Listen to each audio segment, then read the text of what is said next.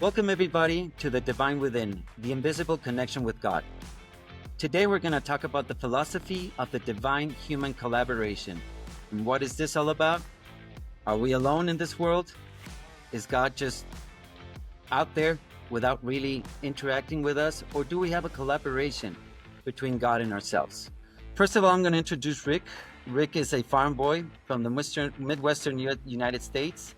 He worked most of his life in the environmental department of a steel mill. Now retired, as he likes to say, not retired, just repurposed. Rick is an example of someone who has been spiritual but not religious as long as he can remember. So welcome, Rick. How are you? Well, thanks, Santiago. Doing very well, and just glad to be here and glad to be on the podcast with all of you. So it's a privilege to be here. Gabriel Reinberg is the co-founder and CEO of the Center for Unity. Since discovering the Urantia book in 2011, he has dedicated himself to sharing transformative and spiritual insights with a global community. And let me just add that Gabriel was the one that translated the Urantia book from English to Hebrew. Thank you for having me. It's a real pleasure to go on this journey together with you. So guys, before we go into the topic, which is the philosophy of divine human collaboration, I want to just hear from you. Why do you do this? Why the Center for Unity? Why this brotherhood? Why do you wake up in the morning and do this? That's a really big question, and it's a difficult one to answer in some ways, but easy to answer in other, I guess. But why do I do this? Because there's, we talk about the divine within, and it's the divine within, I think, that drives me, excuse me, to do this. And, it's all being part of the cosmic citizen, the part of the world, love for other people. And, when you become God knowing, when you become aware of God, then you want to share that with other people, and that leads to service. And through service, which is, this is a service here. I mean, we're providing information to people, and hopefully through what we're doing, helping them to become closer to God because they become more knowledgeable about God and who He is and who they are. And so I think that's a very important thing to do. But I think all the things that we're doing, like with the Center for Unity, are important because they are focused on this personal relationship with God. And when you come down to it, that's really what's most important is your personal relationship with God and your interaction with God and being part of something much greater and larger than we are. And recognizing that we are loved, and through that, then we return love to God, and we can love others. And when we learn to love ourselves and learn and love others, then the world becomes a much better place. And I think that's what really is my driving force, my motivation, is just trying to leave this world a little better than what we found it. And, I have children, I have grandchildren, try to make the world a better place for them and leave them a world that we'd all like to be part of. Thank you, Rick. I like that. It's trying to make the world a little bit better than you found it, right? Not leave it in negative, not leave it in neutral, but just give it a little bit of positive, Sure. right? And it's easy to get negative in this world nowadays with all the things we see on the, we used to say you'd see on TV, but now everybody's watching YouTube and the internet. But it's easy to get negative on what's going on in the world. But there's a lot of good things going on in the world, a lot of good people in the world doing a lot of good things. And so I think if we can help people focus on that, on the positive nature of life and their value to God, their value to Jesus, their value to themselves, I think that'll help them become a better person overall. And that's really what, we talk about how the hope of a better world or a better nation relies on the enlightenment of the individual. And that's really the concept that got the Center for Unity started back in the day, was because, that's what we wanted to do. We wanted to enlighten people, make them more aware of who they really are beyond this physical life. And, the more they are enlightened about who they are in the eternal picture, rather than just here in this mortal picture, then, I think they'll be better to themselves, and they'll treat other people better too. Gabriel, why do you do this? Why do you wake up every morning and strive for this? It's a very good question. many things come to mind, but I'd like to use Rick's segue into my experience. And I think I'm trying to do whatever I wish I had many, many years ago when my life was completely on the material plane. I was raised in a non-religious, non-spiritual household. My parents never spoke about anything that has to do with this. And I had to find the hard way my path into spirituality. And eventually what led me is big questions that I couldn't find an answer for, like, who am I? But also, where did I come from? Did I exist before I was born? Where am I going after I die? Just huge, huge questions. And I was looking for answers to those questions. And then when answers started coming, then I asked myself, okay, what do I need to do while I'm still alive here? Okay, I may know where I came from. I may know where I'm going, but why am I here now? And when I started asking those questions, I came to the same answers that Rick came to, which is I really like to make this place a little bit better. And I start with myself, like, how can I make myself a little bit better as a person with the relationships of the people around me? And eventually, I started a spiritual search that led me to a higher motivation, which is to serve other people, to love other people as yourself. I was born Jewish, and it, some of the Jewish sages say that the whole Torah, the whole Old Testament, can be summed up in love your neighbor as thyself, and that's the highest commandment from God. So, what does it really mean? Um, and so that's what I try to practice. It's very, very imperfect, but I try. And the Center for Unity is, I think, a good vehicle for us to do it together as a team, and also exercise very high levels of teamwork, which is also important. So for all those reasons, and because it's fun, we're doing stuff that is fun, and we can see smiles on other people's faces, and we smile when we meet each other and talk and work on these things. And I think all together is really a good deal. So I feel very privileged and very happy to wake up in the morning for another day of adventure. Thank you.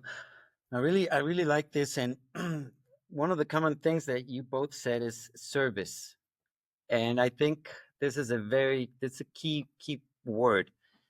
If you're not here to serve, if you're not here to really, like Britt said it, to bring better, and like you said it, Gabriel, to really wake up every day and see what better things you can do to the world. I mean, I don't see another purpose, and like you said, it's sometimes difficult in this material world, because we do have material bodies and we do have to tend to the material things, but it's sometimes overwhelming, and that can, I don't know, I don't want to say it can dim, because the light never dims, but maybe it can be harder to find that light, but it is inside, and it's just like a light. That's how I see it, the divine within, and what we're basically bringing. I mean, there's a light in us, inside of us, and it starts with a little flicker. It's when you turn in, just a match, and then it's you kind of just protect it so that the wind doesn't blow it. It's very, very tender, and then it starts growing, and then starts growing, and then shoot, it can become a bonfire. And that's how I see our divine within. The divine connection, and it's the more fuel you put into it, the more wood, the more gasoline, whatever fuel you want to put it, but something that really burns and brings that light, it'll always shine. So I'm really happy to have you guys here, and I'm also really proud to be working with you, because this podcast, this Divine Within, is part of these projects of the Center for Unity. And like as you guys were saying, the Center for Unity was created so that we can foster this personal relationship with God. And as we're talking, and as you can see, we're not really placing any denomination, or are we putting any symbols, because this is very personal. Relationship with God is extremely personal. I mean, if it's like having a brother, I don't know if who has sisters or brothers, and you have the same father and the same mother, but it's never the same relationship. It's very unique. It's very personal. The relationship you have with your parents with your mother, with your father. It's not the same relationship that your brother or your sister has it. They're both loving, you both, but each one is unique. Each parent sees the needs and the characteristics of each son and tailors to that. So we can use that image, that relationship, or the one that we know of a father and son, and put it in the way that we relate to God, just in a godly way. If this relationship, this earthly relationship, can be so fruitful, imagine what a relationship with God as children of God can we reach. And this brings us to our topic, which is the philosophy of divine human collaboration and what this is all about. One of the things that's very interesting, and I think the first topic, or the first thing that we have to really understand, is that there's two types of religion. One is the revealed religion, and the other is the evolved religion. Unrevealed religion or evolved religion really comes from humanity, from our experiences. But revealed religion is when God, and I usually use this, or I have this image of the Sixtine Chapel, recently that the new Pope was elected, that, God is kind of reaching down towards God, towards man, and man is just trying to reach towards him. There is a connection there. And, even though we see ourselves as maybe distant from God, God is living through us his universe. He's experiencing his universe through our hardships, through our struggles, and through also all of our blessings and things that are positive in our lives. But God is in there at all the times. So one of the things that revealed religion, and I want to hear your take on this, is, or the difference is, that revealed religion has a divine origin. The origin comes direct from a divine source. It has a transcendental quality. It's beyond the actual human capacity, beyond our limits, our imagination, or our current thoughts. It's progressive, that it unfolds with the what human is ready at the moment. Its transformative power, it catalyzes the spiritual growth into higher concepts and ideals. We turn from God the Punisher to God the Father when that part of God was revealed to us. Before uh, basically Jesus came, we thought of God, or we viewed God more than in the Old Testament, as a wrathful God. That's what the experience we had. But suddenly Jesus comes and tells us, no, it's not a wrathful God, it's a loving God. And that really revealed a different nature of God that we didn't know, and that we really began to introduce when Jesus came here. And then we have the universal application that transcends cultural and historical boundaries. I mean, there's no ethnicity, there's no culture. It goes beyond, and it's for all human beings. That's revealed with religion. And now evolved religion focuses on experience, our own human experience. Then we have cultural variations. It depends on the culture. Different cultures interpret things differently, although there's a basis. But the cultural variations kind of take it one way or another.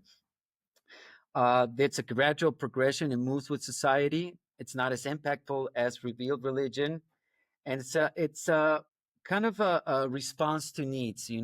At first, one of our needs when we were at first of civilization was based out of fear. So we kind of appeased the spirits and those forces that we didn't know. So it was more of a response to those needs. But what really differentiates revealed religion to evolved religion is the authority structures. And a spirit or religion of the spirit, or revealed religion, does not bind God into a structure or confine God into a structure. So I want to hear your take on this. And I'm also going to introduce at this moment, we have our ghost in the machine, which is Ian Blaney. He's going to be helping us with the tutor, one of the projects that we developed. It's an AI that brings a lot of information about God. We're going to be discovering it. I don't want to reveal everything just at the moment, but it's a very interesting tool that's going to be helping us. So, Ian, if you feel anything that you want to type in and want the tutor to tell us about this, just let us know. I was listening to your opening and description, and what I felt is when you read the Old Testament and sometimes the New Testament, you see a progression of how God is described. There were many prophets prophesizing. So you can think of, okay, let's say if God is actually talking to us, the divine is talking to us through the voice of people who are inspired prophets. And if you look at the progression, you see that when we were ready as humans to accept something of a higher nature, then those revelations arrived through those prophets. And it's almost like, you're first a toddler, and then you go to kindergarten, and then you go to first grade, and then you go to primary school, and then secondary and college. And every time humanity progresses, it's ready for something more meaningful, more sublime, more subtle. Just like humans, when they are very young, they're ready for something simple. And then when they grow up and evolve, they can assimilate and understand higher concepts. This is how I feel when I read the Old Testament. And so I'm not exactly sure what evolved religion is, other than the fact that what it evoked in me when you said it is we are evolving. So our religion, whatever that is evolving with us. And then from time to time, we get new truths. And then we can almost like make a little jump and become more conscious of something that we didn't know before. I do want to say that in Judaism, the words Avinu Malkeinu, our Father, our King, are very much spoken to speak about God, along many other names. So the word Father is there. But when I ask many of my Jewish brothers and sisters, do you really think it's literal? Not too many of them take it really literally. And I think what Jesus was part of his role and his contribution when we were ready, when he arrived as one of those, let's say, prophets, if we can group him with those group of people, is that he basically spoke about Father and focused very much about that, but also brought a lot of details. What does it mean? If God is my Father, what does it really mean? And then that becomes the basis for the relationship. I have a relationship with my earthly father, but if God is my heavenly Father, which of course many people talk about, then that's the beginning of, okay, what does it mean? Do I love God as a father? Do I feel loved as a child by God? And it starts like a process. So I think that was one of the key contributions of Jesus, is to bring that revelation and say, this is literally true. What the Jews were talking about, maybe figuratively, is actually literally true. And then if you start from there, where do you go? So he basically walked the walk, not just the talk the talk, right? Absolutely. Well, I'll touch on a couple of things there. First of all, I want to touch on something that Gabriel said earlier, and about what we're doing is fun, and it really is fun. The human collaboration part of it, I think, parallels the divine collaboration. When we see how we work together with other people, and Gabriel and I have worked together directly, very closely for the last 3 years with the Center for Unity, and it's always fun. It's there's hardly a day goes by, it seems like, that we don't wake up with something he's done that's new and interesting and fun and pretty cool. So I just like to say the young people out there listening to this, that if you really have an interest in doing something spiritual and fun in the process, this is take a look at what we're doing and maybe become part of that for sure. But when the human collaboration and the divine collaboration is similar. Gabriel and I collaborate, and all of us here collaborate, and we develop a team. We become closer and become more friends and more like a family as we work together and accomplish things. And so it's the same way with the divine collaboration. When you communicate with God more, when you communicate with the divine within, you pray more, you worship more, you strengthen that relationship, and that person or team that you're collaborating with becomes more real to you, it becomes more important to you, and all that. So, but you're talking about the difference between revealed religion and the evolved religion. I think for me, revealed religion is what comes from without, outside of you. And the evolved religion is what comes from within, from the divine within, what comes from within you. So, as far as like a revealed religion, there's different episodes through human history, like Gabriel mentioned the prophets. The prophets bring some new truth to people, and I would say that's some kind of like a revealed, uh, a revelation of new truth.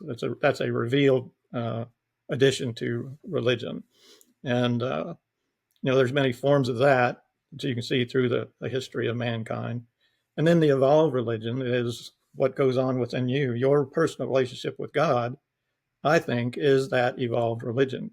That when you're a child and you first come to the awareness of God, and then that relationship grows.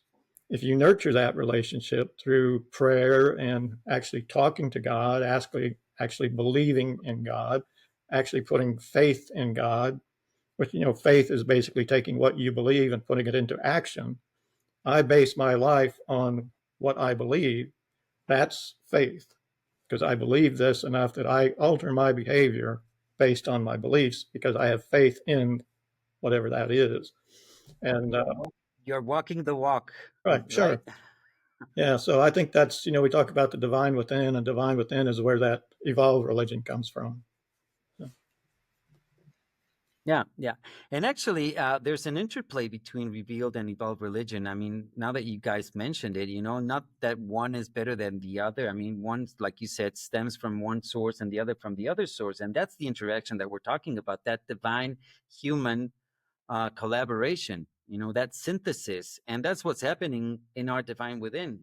I mean, that spark that is within us is a fragment of God. It's this little piece of God that's in us, and there's I like this concept a lot. That, I mean, since we're the farthest away from God, that's why we have this little divine spark within us, so that we can be the closest to God. I really, really like that, and that we do not need to take look otherwhere and anywhere, but in our hearts. And that's a very, very interesting concept. Sometimes you think that you need to go out into space to look for God, but He's really in your heart. And let me just, before I get into the interplay of between revealed and evolved religion, one way that I understood how we return the love of God, it's not that, I see it like a circuit, an electric circuit, that you do in elementary, where you have like the battery, and you have the light bulb, and you have to connect, one cable, one part, and the positive, and then the negative to the other, and that made a circuit. And I always wondered, and I said, well, why do we have to put like a positive and a negative, and that has to be, why can't it just return through the positive? I thought of electricity that way. And then, the teacher explained, well, there has to be a circuit where, the energy flows, and it's a continuum.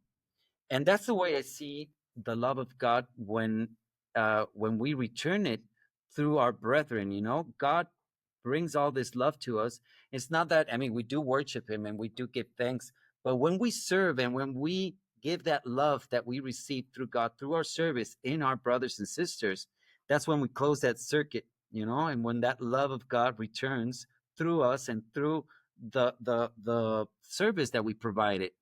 And I always, and I guess that's why you always wake up in the morning and feel fun, and say that it's fun, and you feel excited, because it is rewarding, it is fulfilling. And it's like anything, any exercise or any habit, you have to practice it, and you become stronger, your muscles grow, your brain gets smarter, and that's the same thing with your spirit and with your divine within. So just to close this segment, I mean that there's an interplay between revealed and evolved religion. There's that revelation stimulates evolution, divine disclosure accelerates and redirects religious developments. There's the evolution that prepares for revelation, cultural and intellectual development creates readiness for higher truth.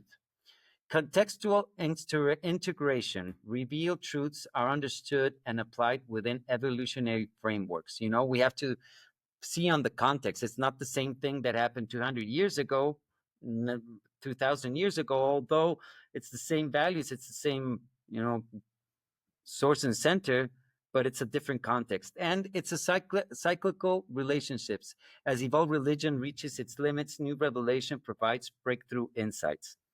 And I believe that the characteristic difference between evolved and revealed religion, like you guys said, is a new quality of divine wisdom, which is added to purely experiential human wisdom. And Ian, did you find anything that you want to add on this topic? Well, I was trying to listen and do some research at the same time.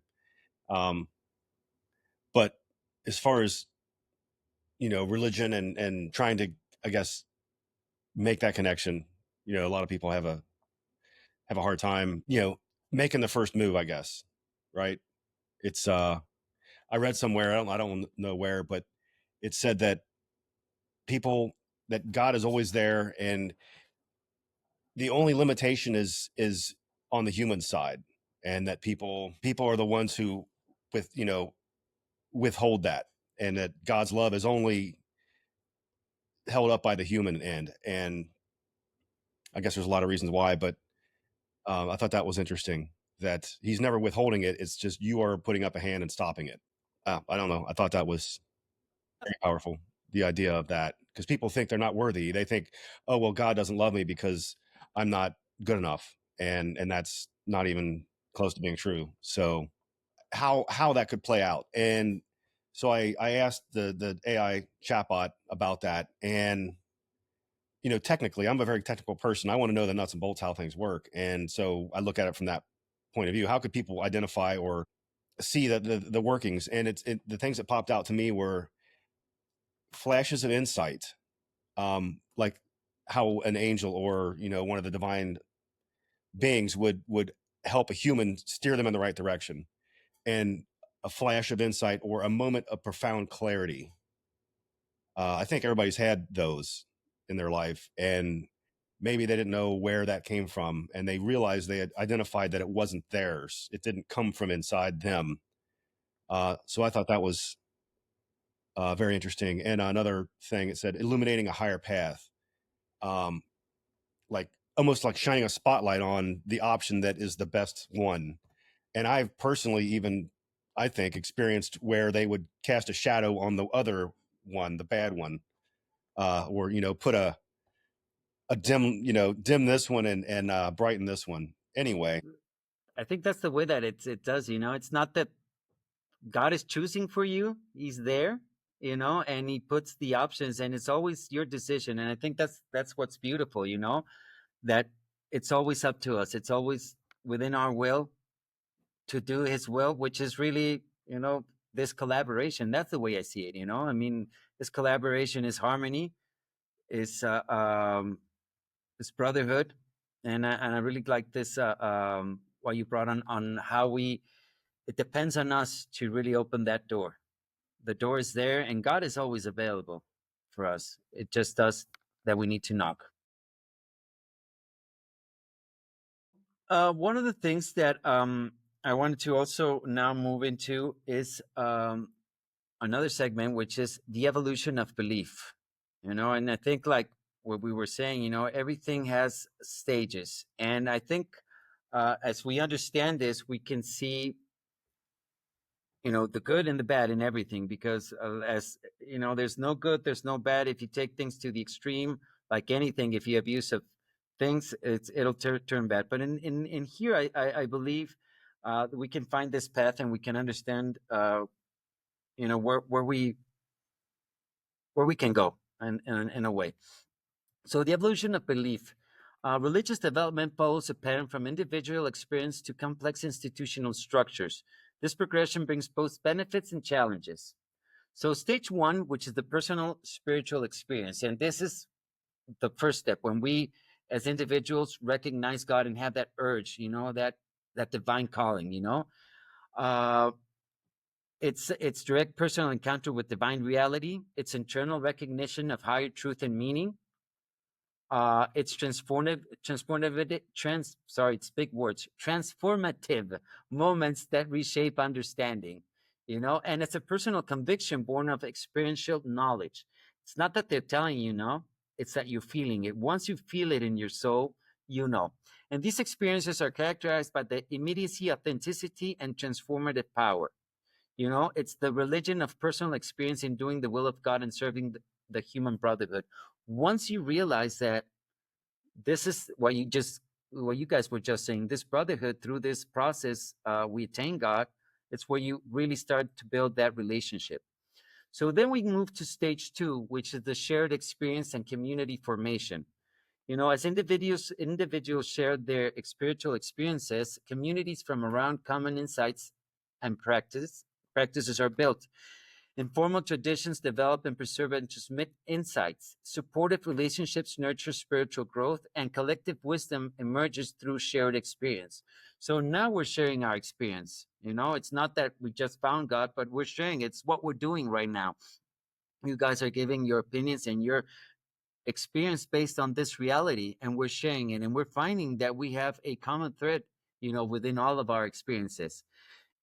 This is how religion ministers to the progress of all through fostering the progress of each individual, and the progress of each is augmented through the achievement of all. That's a collective. Then we move to stage 3, which is the codification of beliefs and practices. As communities grow and time passes, and this is when it's, we can probably fall into a pitfall. But let's take a look at this. Experiences are interpreted and systematized. Teachings are formalized to ensure accurate transmission. Rituals develop to commemorate and recreate spiritual practices, and leadership roles emerge to guide the community. This stage represents the transition from pure experience to organized religion, bridging both preservation of wisdom and the beginnings of institutional structure. We can argue for and against, but I think this is still a good place where we have belief and where we evolve and we share. And we want to transmit this through the ages. But then we come to stage 4, which is full institutionalization. Eventually, religious communities develop complex institutional structures. They have formal hierarchies with specialized roles, elaborate theological systems, codified rules and practices, cultural and political entanglements, and expansion through missionary efforts. And the caution here, like I said, nothing is good, nothing is bad. It just, to the extreme that we take it.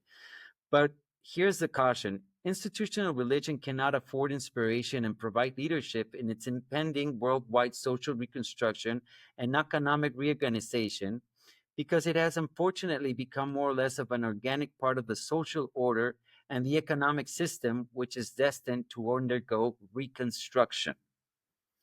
So let's think about this. It's what we're saying, similar to evolved and revealed religion. We have, if we evolved through the religion, where we spent it, or we reached the top of that evolution, and then revealed religion comes. And in a sense, this is what happens when we take belief from our personal to our community, in a communal way, and then end up in an institutional, and probably taking the heart out of it, making a structure, making dogmas, making it harder for the individual to probably let that divine within, that spark, shine through. Yeah, there's a lot of meat on these bones for sure. I know. But I'd like this, if you don't mind, I want to back up just a touch, because you made a couple of points that I want to make sure we don't just Please do let so. them slip by. But you were talking about the cycle of love, and there's a saying about how we love God because God first loved us, and God is the source of everything, and the source of love is God, and that love flows to us and then back to Him. And I think that's, everybody asks, like, well, what's the purpose of life? What's the meaning of life? And that sort of thing. And I think that's it in a nutshell right there, is that our purpose and the meaning of life is to love and be loved. I think God created us in order to have someone to love and someone to love Him. And so that's why every person is valued in the eyes of God because he loves you as a child, even an erring child. He loves you even when you make mistakes. He loves you when you do really good and all that sort of thing. But that love flows through from God to you, and then you in turn let that love flow out to the people around you. Then that love then flows back to you. And again, it's, you feel love because you're loved back. And so I think that's an important point there. Um, but and then on the second point of that is that I'd like people to remember that because God is love, that he loved you so much. We talk about the divine within. Why do you have this divine within you? Why do you have this spark of God within you? Why do you have what I think many of the religions call it this indwelling spirit, this divine within you? Why do we have that? Because God loves you so much that he wants to help you. He sent you this helper to help you deal with life. Yeah, it's difficult. Yeah, it's hard, and there's a purpose from all this, the trials and tribulations of life. But he sent you this helper, this divine within, to help you go through that and eventually find your way back to the Father. So I think that's a couple of important points there. But as far as the evolution of belief, I think everything we do starts with an experience. We have some kind of an experience that causes us to have an idea. Something happens, we have an idea. And from that idea, we either act upon it or we forget it. But everything we do starts with an idea, starts with an experience. And then from that, we develop a belief. Well, I had this experience and I believe this. And then eventually, as your belief strengthens, then that becomes faith. And then faith eventually becomes, what you base your life on. But I just wrote a thing within the last few days, kind of on this topic, honestly, about exactly what you're talking about there, the evolution of belief. So we start out with an experience. We have this experience. I cannot prove to you that God exists. How many times have we all been asked, well, you believe in God, prove it. I can't believe anything I can't see. And then, but so prove to me that God, I can't do that, because you have to have the experience for yourself. So once you have that experience, then God exists because you've actually experienced that for yourself. I can believe that there's, I can believe that there's Tokyo, Japan. I've never been there, but I believe it. But I don't really know that until I go there and have that experience for myself. And God is kind of like that. You can believe in God, but until you actually experience that for yourself, you don't really have faith in God. So you have that experience, and then you have this belief, and then that belief grows to faith. Well, of course, you can't contain that. You really can't. Once you have that experience, you want to share that with other people. So you share that with other people, and now you have a group. The group then becomes, well, we need to have, we want to make sure that we all have the same beliefs because we're kindred spirits. We all believe the same. And then after a while, then that group will grow. And then pretty soon, unfortunately, and this is true of not just churches, but all kinds of organizations, all kinds of human organizations, I think, is eventually it becomes about preserving the organization.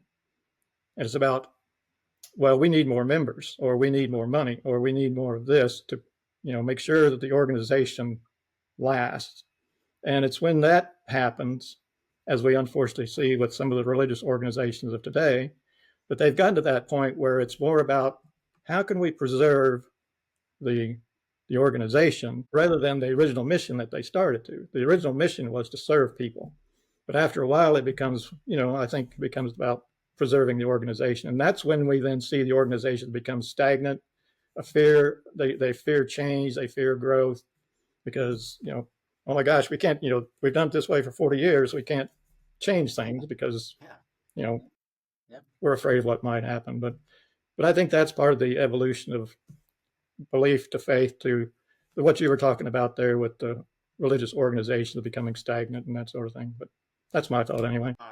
It's beautiful. I think if I explained it scientifically, you just explained it with your heart, Rick, and that's precisely what it is. You know, I love what you said about love and the sons, love of a son and a daughter. You know, and that's, you know, if you're a father, I'm a father. You know, everybody that's a father and has had children, the only thing that you want to do is give them love. You know, the moment they, I mean, not even when they're born. I remember when my wife got pregnant for my first daughter, you know, my whole world, my mentality changed. You know, it wasn't about me anymore. It was now about Sure. them, not only Yeah. my daughter but also my wife, but about the family. And that's, you know, you kind of go to those higher ideals of what, you know, this divine, this, yeah, this divine father is all about. So that is, and that's a model, you know. And how can you model yourself as, and that's how I do it, as a good father? I model myself with that relationship of that ultimate father, which is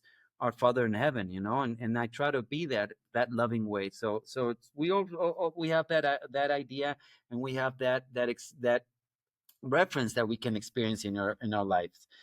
And I like what you said, you know. It's in the end, it's preserving the organization when something goes beyond its and like you were saying, it starts with sharing experiences. You know, belief in the community starts with a shared belief, a shared experience. But when that, you know, becomes of just putting butts on the seat, you know, getting the ticket, selling the ticket, and you know, making the bottom line, which is, and anybody that's in business knows that it's always the bottom line. You know, if you don't get the bottom line here, it's not the bottom line. It's really, that's the least thing that you want to worry. You know, the bottom line comes if you provide. That's how I Right. It's see the it. service that fills Yeah, that bottom line. And when you've abandoned the service for the bottom line, then they both suffer. You lose them both. yeah, exactly. You know, a while back, somebody explained to me what the Latin word religion, or the root of the Latin word, which is religare, and it means reconnect, literally. So if religion is about reconnecting, then what I experience, very much like Rick, is for uh, a, a large part of my life I wasn't interested. It wasn't part of my life. And then I think I was a little bit of a rebel. I still am. So I tried to go through the religions, and I tried several of them. I was born Jewish, and I went through that a little bit, and I didn't find what I was looking for. And then I went through yoga and Buddhism and Hinduism, and I found some things, but I wasn't really happy. So it was like a progression of where, how do I connect when I understood. And I think, um, like Rick explained, sometimes some people with their personalities, they need to be part of a group. They need to be told this is how things are, and this is the truth. And then they buy into that, and they're not strong enough, and it's okay to question. And sometimes questioning is not really allowed. And so they go into this fold, which is great because somebody who came before them says, from my experience, it's like this. And if you don't question, you just go through those motions. And it serves a real need of people to belong to something and to have a shared belief in something. Sometimes the institutional religions, they do things which are good. Sometimes they do things which are not very good, as a religion. I think my experience was that I didn't find something satisfying in the group experience. So I went at it by myself, and then I found what I found there. And then I don't have any more need to have a group experience that is connected to religion, because I can connect or reconnect if I need to by myself. I don't need any intermediary along the lines, or it's really a personal experience. And then from there, there's a personal relationship, which means it's just me with whatever it is. It's me with the divine within me. It's me with God, whatever you want to call it. But it's very, very personal. And so it really is beginning and ending in an experience. which means it always changes and it's progressing. It's never the same. It's not static. It's very dynamic, and that's also very exciting because whatever was yesterday true may not be true tomorrow. I will find something new, another expression of this truth for me. And the other side of personal means, just like Rick said, I cannot prove anything to another person, but I can say this is my experience. And perhaps if you think about this and this and this, or do this and this and this, and you can practice many things or try many things that prepare the conditions for experiences to happen. And when people meditate at a very high or very experienced level, they manage or the conditions for quieting the mind on a very, very deep level appear. And then what happens when your mind is very, very quiet? Then you can experience something that you don't experience when your mind is not very quiet. I'm not saying that meditation is about quieting the mind. Meditation is what happens when the mind is quiet. But you have to practice something to allow yourself to get to that point. And I'll just finish by just telling a story. I'm not saying this is good or bad, but there is one particular hallucinogenic that is called 5-MeO-DMT. And this is called the God molecule for whatever reason. Because when you inhale that, your basically your ego just disappears for about 40 minutes. And then when people experience what is left after their ego goes away to sleep for a while, this is very powerful for people who are about to die, people who have PTSD, because all of a sudden they realize truths that before that were not possible. So all of those things are experiences at the end, and there's nothing that can replace it. And I can speak about it, and people did speak to me, but until I actually experienced it, it was just a story that somebody else tells. It's experiencing that gives you that insight. I mean, I think you just nailed it. And you can, like you were saying, there's people that feel comfort in the community and find that in the previous experience or in the experience of others, they kind of find a guide or a map, and that can serve for them. But I'm more like you. It was more of a personal discovery. And like you said, once you find God on your own, you come to the community, and you're not imposing, or you're not finding, you're sharing. And that's what's really beautiful. It's and I've always seen that little pieces of of glass that create this beautiful mosaic. If we just want to conform and have one color, one structure, it's just going to be one color. But if we bring all these little fragments of all our little colors, and it's like when you make those pictures of that come out from little photographs, and then you come out and you see the whole picture. I think that's how you share. It's all these people and everything sharing. So thank you guys for sharing about this. And just to close this segment, which is the paradox of institutionalization, which is it has some tension. That's the benefits, which is the preservation of teachings across generations, the stability and cultural continuity. There's resources for educational and service, and community support system. But the challenges from this institutionalization are rigidity and resistance to new truth, authority structures that may impede direct divine communion, focus on maintenance rather than spiritual growth, and the potential for political entanglement. How many times are we seeing, wars and not only wars, but empires and things just created through religion? And, I think that we're in a very important time where institutional religion is now caught in the stalemate of a vicious cycle. It cannot reconstruct society without first reconstructing itself. And being so much an integral part of the established order, it cannot reconstruct itself until society has been radically reconstructed. A little bit of wisdom there to think about, all right? So now we're going to move to the central role of personal religion. And Ian, anytime that you think there's an insight that we should, you want to comment, that you want to bring forth from the tutor, tell us about it. Just jump in and go right ahead, all right? Okay. All Will right. do. So nothing for the moment. So I'll move to Well, the next segment. Oh yeah, go ahead. well, people were sharing personal experiences, so I didn't really look at the tutor at all for that.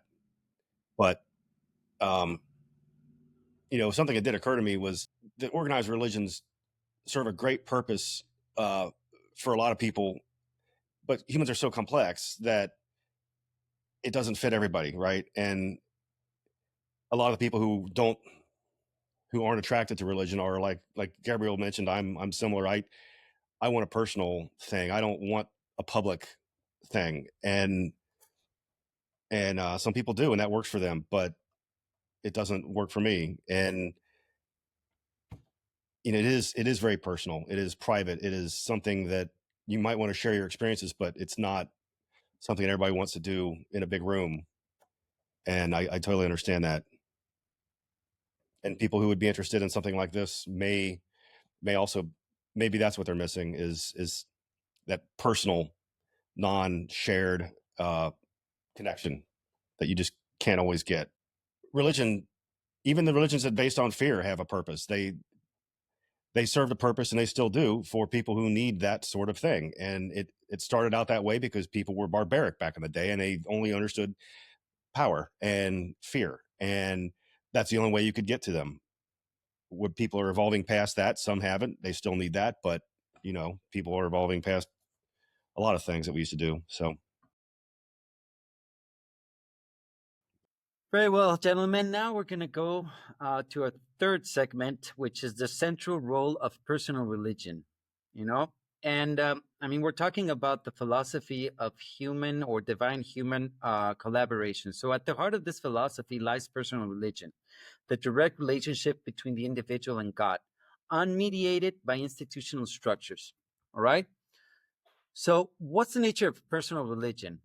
It's direct communication or direct communion, immediate relationship with God without requiring intermediaries, the divine within. It's a living experience. It's dynamic, evolving spiritual connection rather than static belief. And that's something that Rick just mentioned. It's a living and evolving faith. There's an internal guidance, recognition of the divine presence within.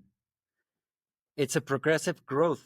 It's continuous spiritual development through experience and choice. It's not that I choose to believe in God and I choose to have faith.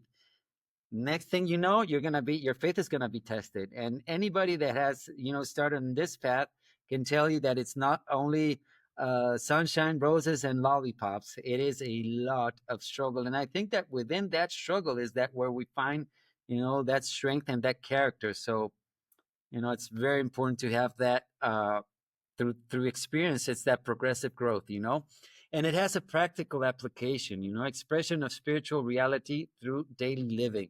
And it sounds a cliche, but once you start in this path, you kind of walk in life, down the path, and you're helping people. Not that you go out of your way just to help people, but suddenly you just see that people are needing of help. You just see that there is things that you can do. Not that you're going and finding anything. Just a simple smile.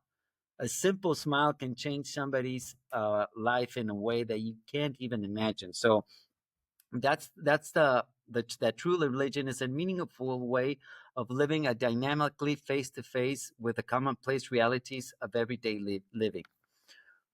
And central to this philosophy is the understanding of God as a fundamentally loving rather than wrathful. You know, God is a divine parenthood. God is the loving universal Father rather than a distant judge. And that's what Jesus taught us. It's not that wrathful God, but it's this loving Father. There's a supportive presence. There's a God who fosters growth rather than demands perfection, and this is very important. It's not who we are today, but what we strive to become each day. And that's, I think, very important. You know, there's a loving correction, there's a divine guidance that educates rather than punishes. In Spanish, we have a say, we when somebody is punishing us or scolding us, we say, no me regañes, oriéntame. Don't punish me, correct me, show me the way. So it's an unconditional acceptance, divine love that transcends human limitation. and it's a partnership. It's collaborative relationship rather than a master servant dynamic. And this is very important, and this is what I believe, and this is very personal.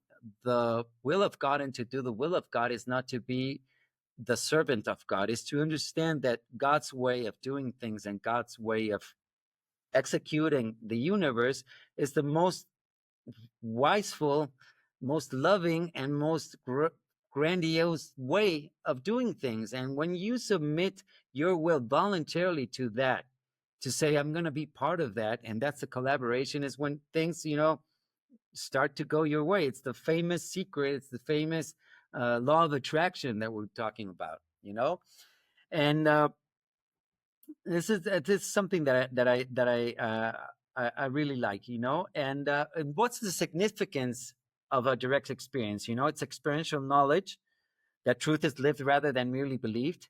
It's a personal discovery. It's finding God through individual seeking. It's unique relationship because each person's connection with God has distinctive qualities. There's an inner authority. There's a spiritual discernment developed through experience, and it's a continuous revelation, ongoing discovery of divine truth.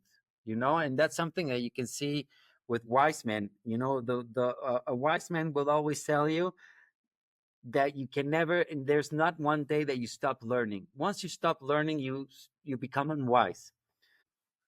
I think the easiest way for me to say this is I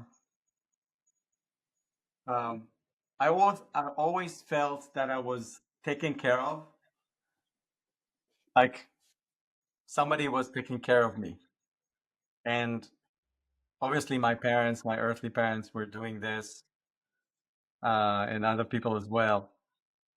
But I felt something beyond that, like is really taking care of me.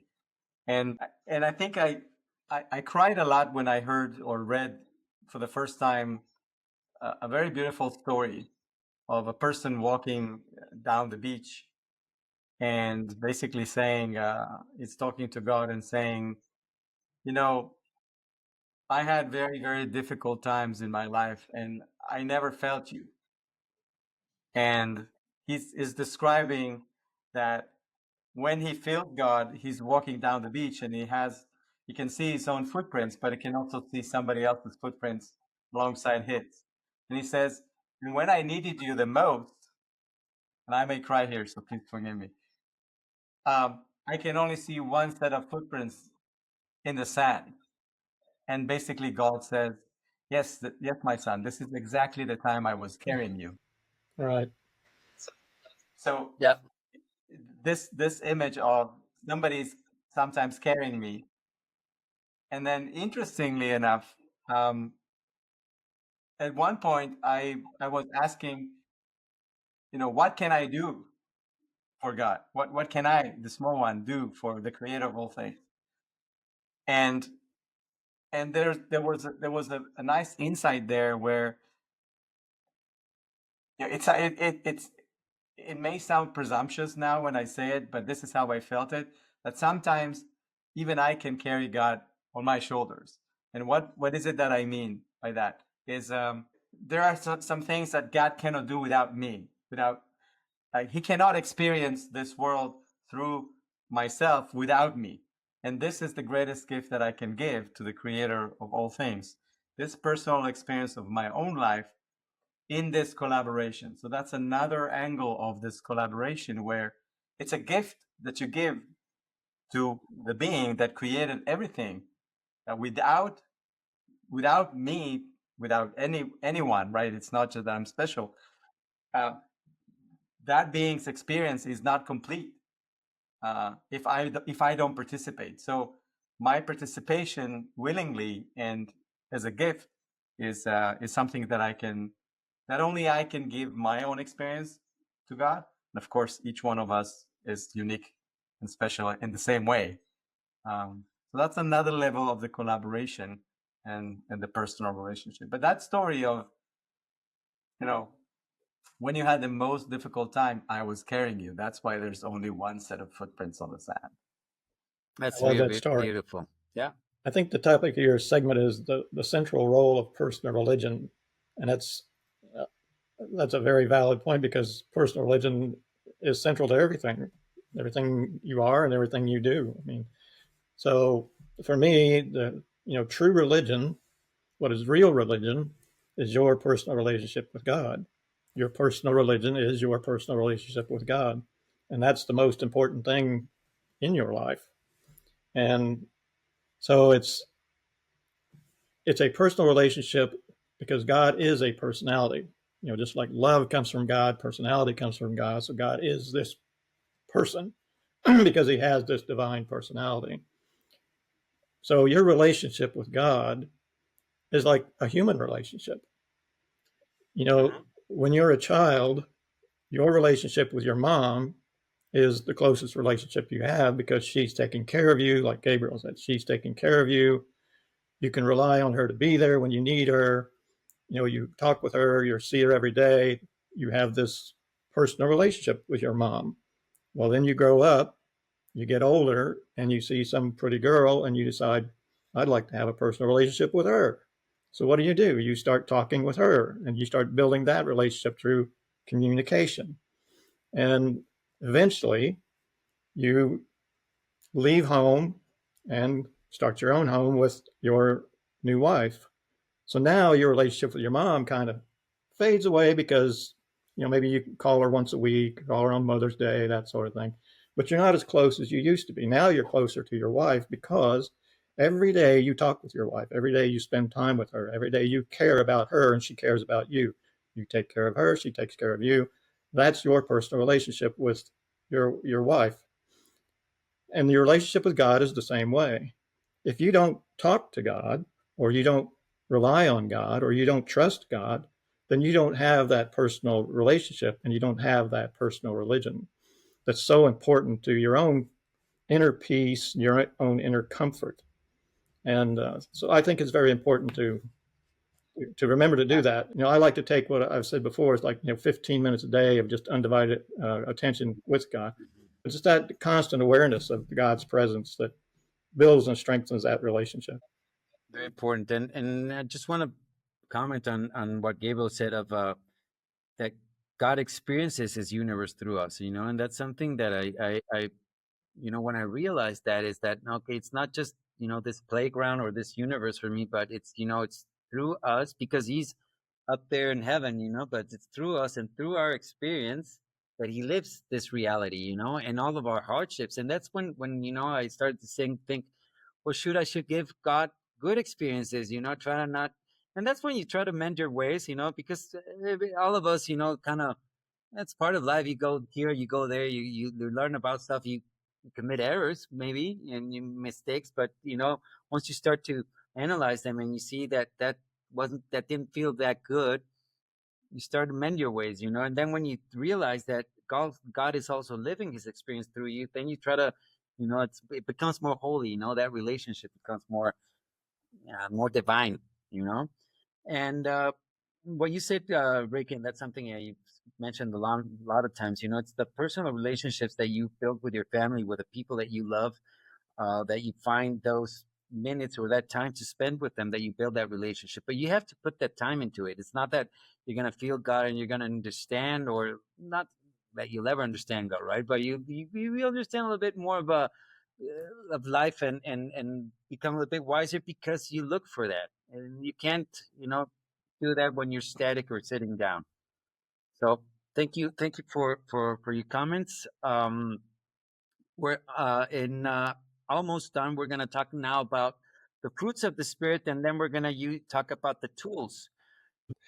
Something that came to mind when Gabriel and Rick were talking was the difference between belief and faith.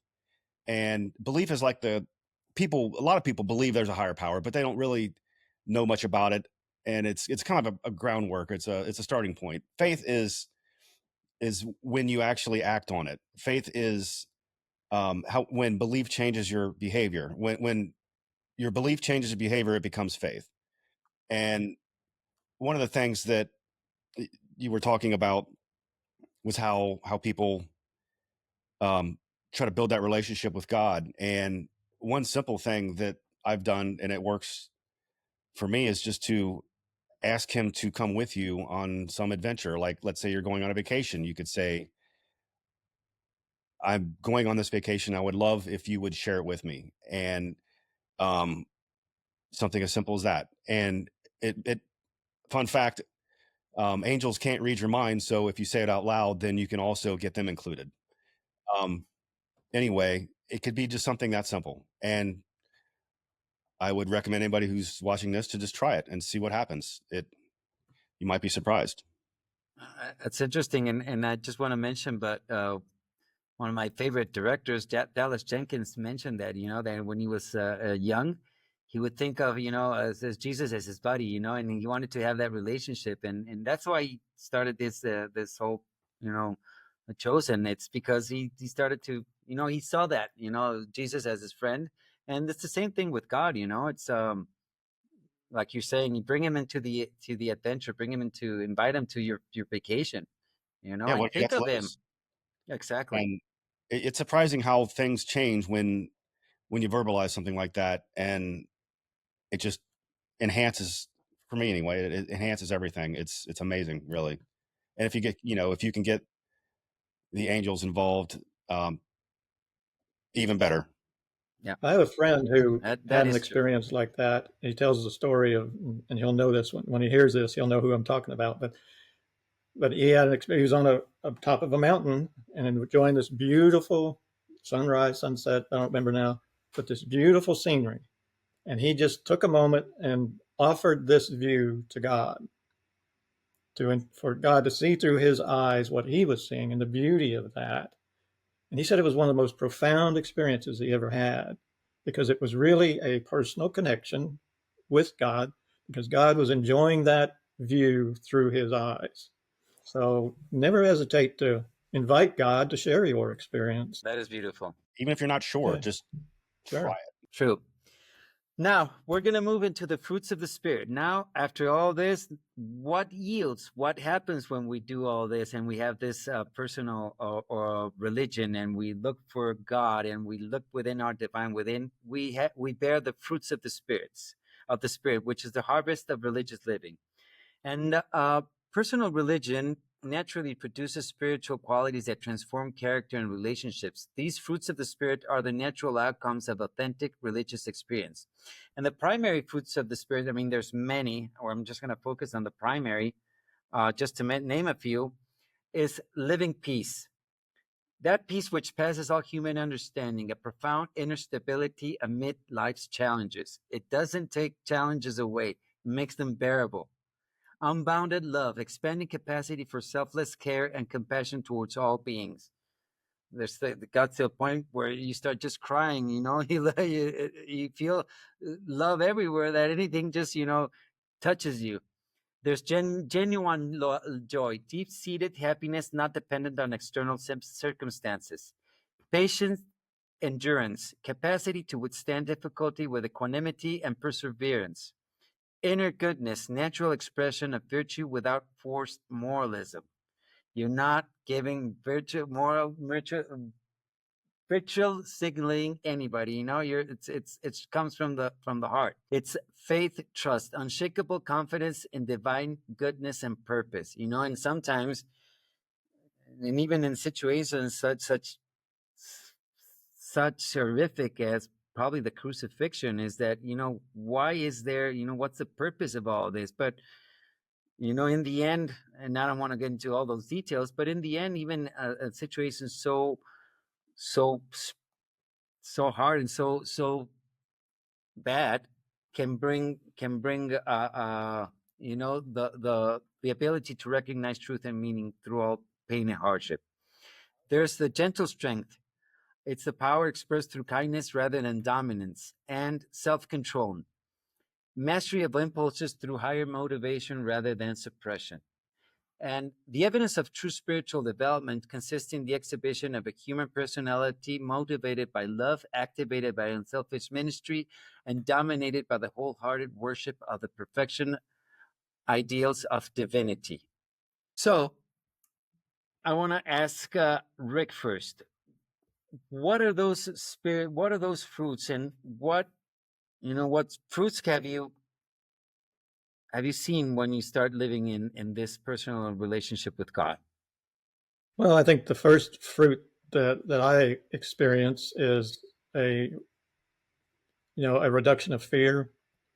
So I still get nervous about things. I still get a little stressed about things, as anybody would. But it's that the lack of fear about what's going to happen in the end, because I know, as Gabriel was talking about earlier, that God will carry me through that. So my level of fear about the future, about some situation, is reduced because I know that God is carrying me at that time when there's only one set of footprints in the sand type thing.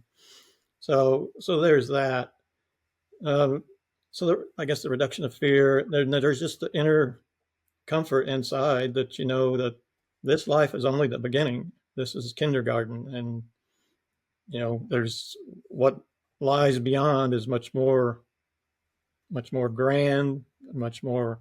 We're going to get away from all this, what I'll call animalistic behavior that we have and that people around us have. That's all going to fade away in the next life, and so I take quite a lot of comfort and peace in that, in knowing that, I guess. So, but I like to you talk about the fruits of the spirit. I like to use analogies a lot. You'll notice that, I guess. But think about a tree that produces fruit, an apple tree. We're talking about the fruits of the spirit. Let's talk about the fruits of an apple tree.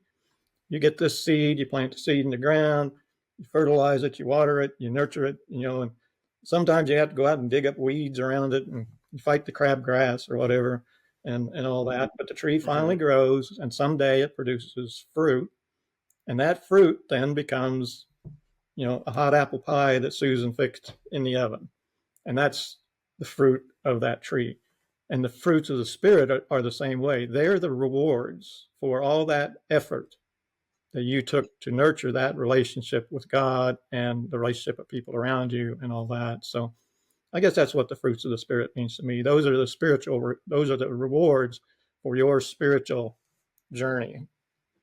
The highs and the lows and Yeah. the ups and the downs of the spiritual journey. Those are the rewards for going through all that. Yeah, it's a little bit amorphic, I think we understand this expression, but I want to bring it a little bit down to earth, um, and talk about something that people heard about. Um, eh, Maybe it's a different angle about this. People say that there's karma, and what you reap is what you sow, and what goes around comes around, and all those things.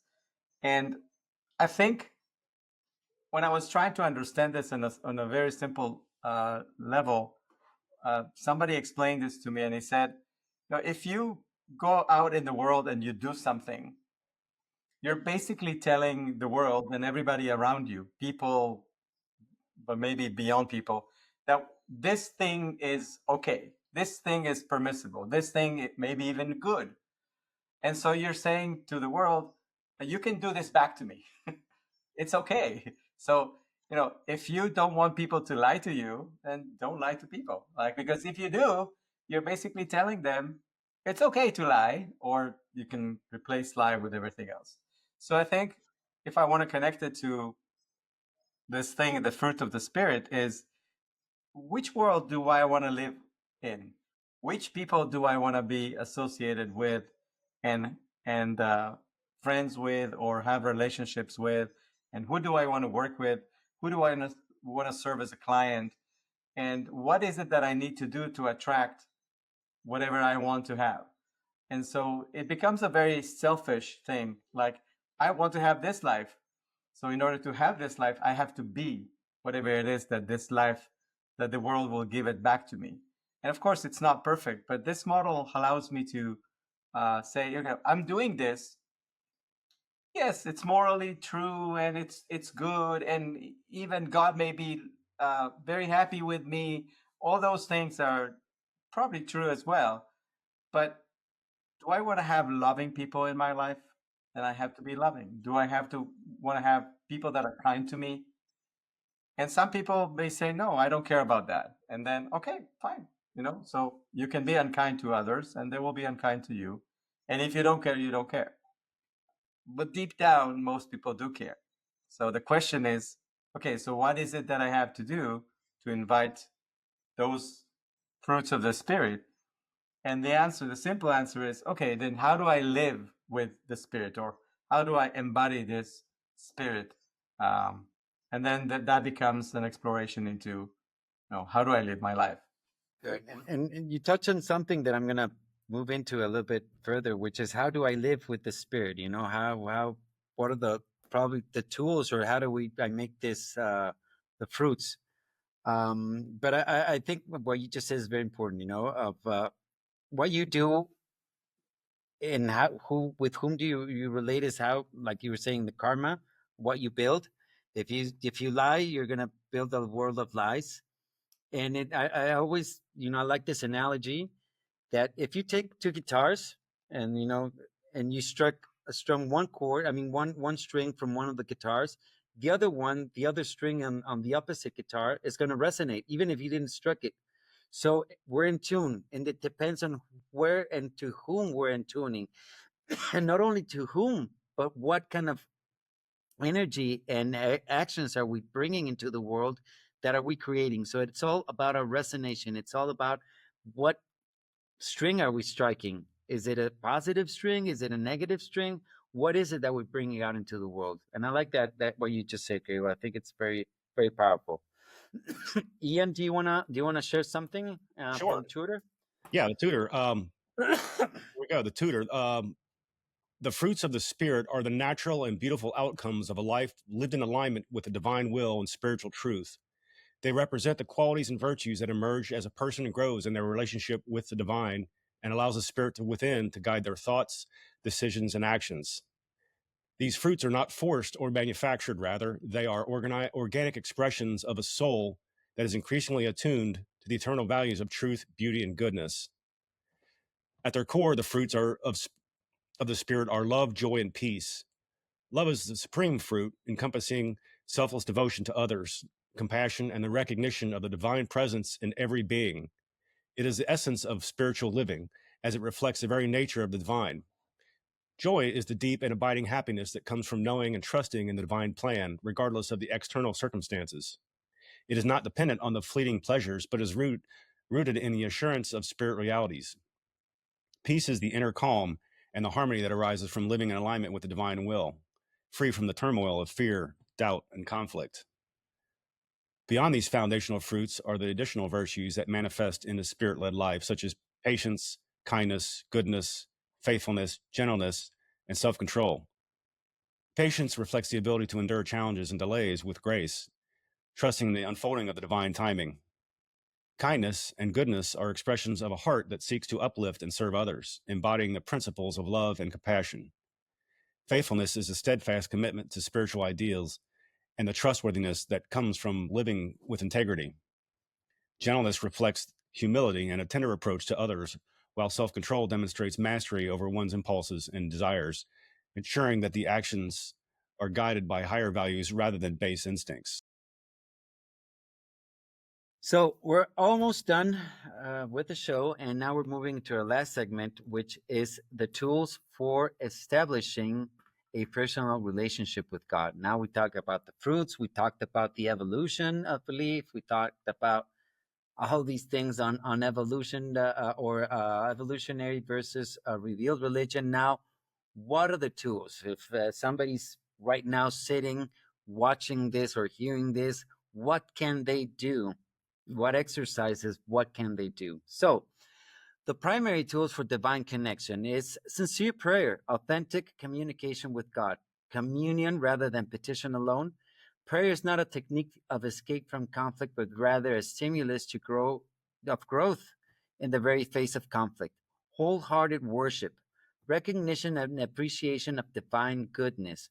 Worship is the active part of the part identifying itself with the whole, the finite with the infinite, creates receptivity for divine influence. Meditation and reflection, quiet attentiveness to inner divine guidance. Listening for the still small voice within. Creating a space for the fragment of God in you to communicate. Study of Revelation, engaging with divine truths as revealed in the different revelations that have come to our planet. There have been different instances when truth has been revealed. If we engage with them, we study them, we can understand further cosmic truths that can be, explained and explain to us what the universe and God is all about. Truth cannot be defined with words, only by living. And service to others, practical expression of divine love. And just as Jesus said, and I think that's the most clear example, is that the religion, not Christianity, but the religion that he brought, it demands living the life of a loving service. Christianity was afterwards, but what he is basic. If you take everything, dogma and everything out of it, is loving service, the brotherhood of man that establishes the fatherhood of God, and it's discovering God through loving engagement with fellow beings. So, what are those supporting practices? It's nature communion, aesthetic appreciation, intellectual honesty, moral courage, and community fellowship among some of the tools for establishing this relationship with God. Well, I think the tools for developing a personal religion, I think the first tool is to question, ask questions. The first thing you need to do is be curious, and ask questions. And I think the first question you have to ask is of yourself, what do you believe and why do you believe that? Whether you're a very religious person or you're an agnostic or an atheist, ask yourself first, why do I believe what I believe? Do I believe it because, some fellow stood up on Sunday morning and told me that's what I should believe? Do I believe because I'm afraid not to believe? Or do I believe because I've had this experience?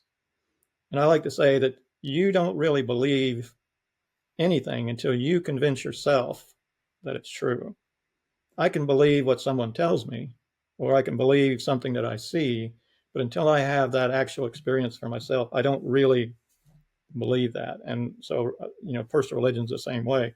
You have to convince yourself through your experience that God is real, that God loves you, and that sort of thing. So I think the first tool in that developing that relationship is to question yourself and why you believe what you believe, whatever that is, and then go from there. So you want to believe whatever you believe because you truly believe it. You've convinced yourself that it's true.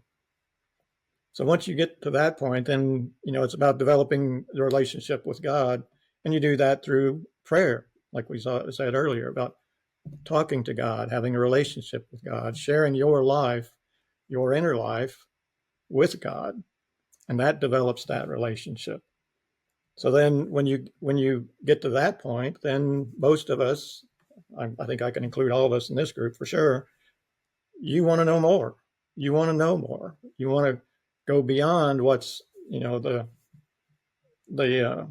standard belief system or that sort of, you want to know more about this, about God himself and about what religion is and that sort of thing. So study, find whatever religious text you believe in and read it and study it and spend time regularly studying whatever your belief system is. So you want to become a knowledgeable person of what you believe and you want to know more.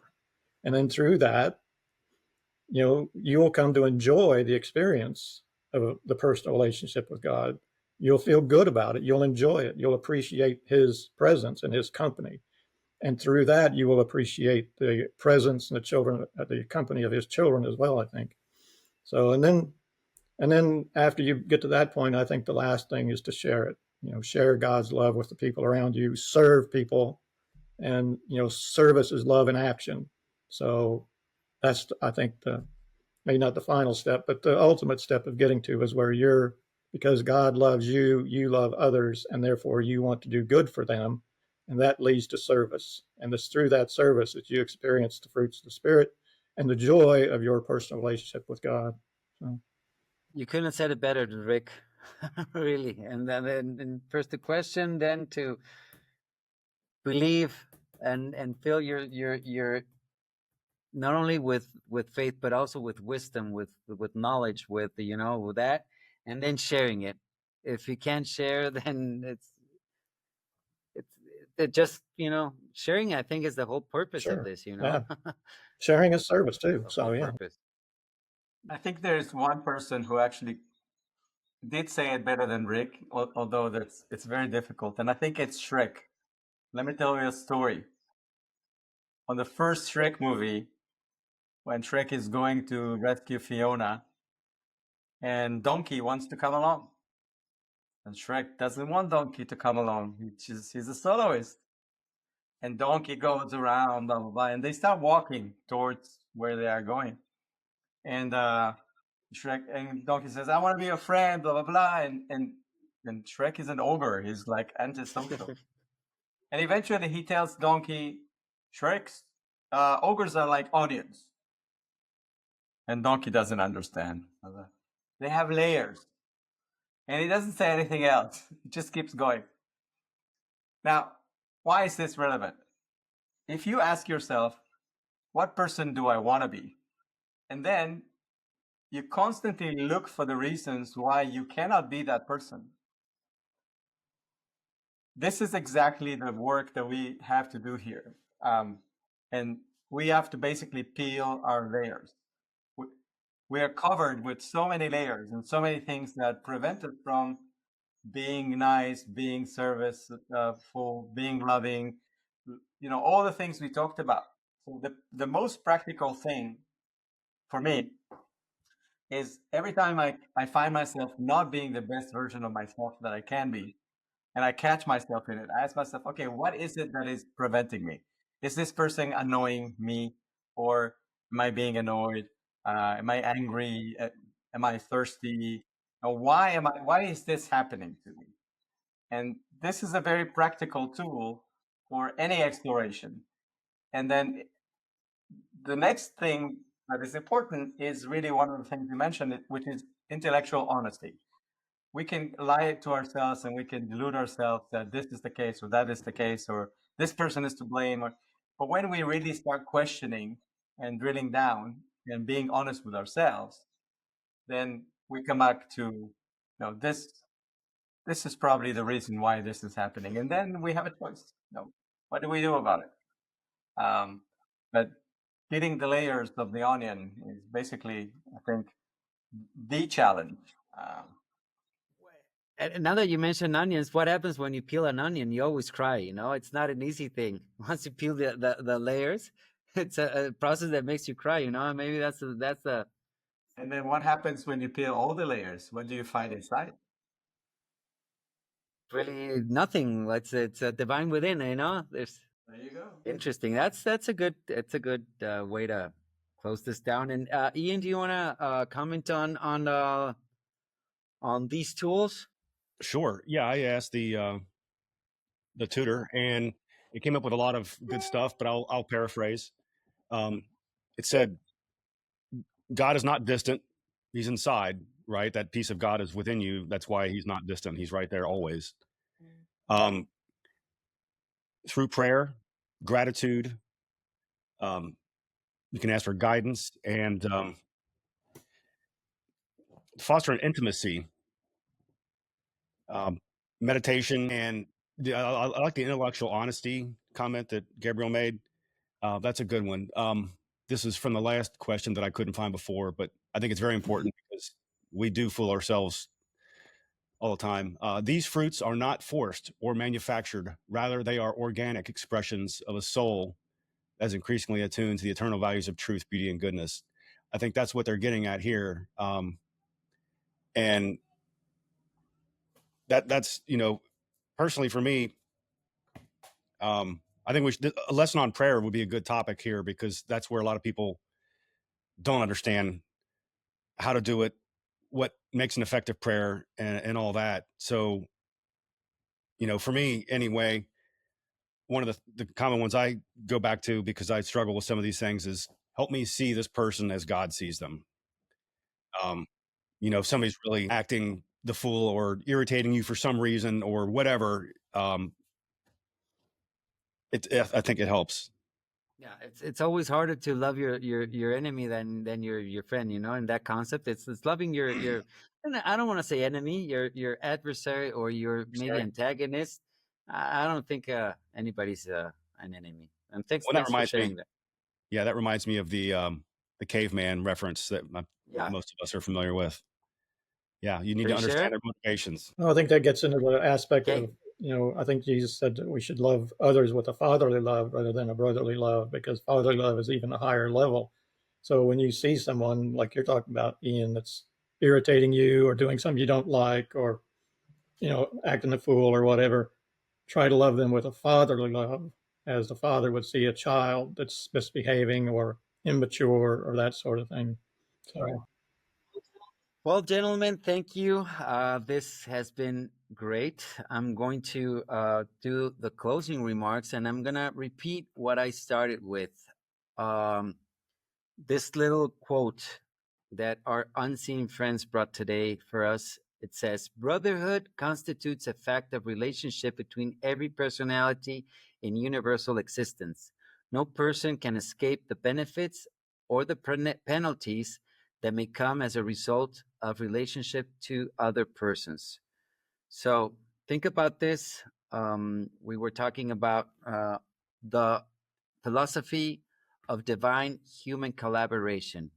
And as it states, we have just been talking about the need for humans to have that divine connection, that divine sparks that has that hidden, or maybe sometimes, I don't want to say hidden because it's always there, but that invisible connection to God that is always there.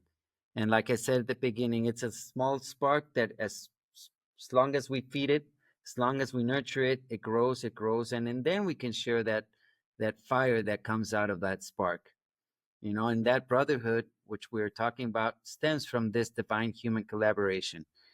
And we have to always realize that it's not only us living a human experience, but it's God living his universe through us as well. So I want to thank our guests, Ian, the ghost in the machine that is working the tutor. Thanks for your collaboration, your insights, and your dexterity with our tool, your tool, Great tool. everybody's tool. Yeah, it's available. We're gonna have the links so you can check it out. All of our all of our projects and all of our tools that have been developed are going to be here, and you can go visit, go try them out. Please enjoy them. I want to thank Rick Lyon. Thanks a lot, Rick. You're always this wise magician, wizard that always brings such good clarity to all of us. And I really, really enjoy everything that you shared. And thanks a lot, Gabriel, for your sincerity, for this impetus that you had many years ago, and that you never, you never quenched, or you never not quenched. You never. It never quenches, and that you always look for something more, and there's always something more. And that once we think that we found something, you always bring something more to the mix, and that always keeps us excited, fun, and loving each other. So thank you for what you do, Gabriel. And thanks all of you for this time. I hope that the insights that we brought are meaningful, that you can take some of this. And thank you for being here and for sharing with us these experiences and finding that divine connection, that divine spark, and that divine within. I am Santiago Nieland. Thank you, and carpe diem.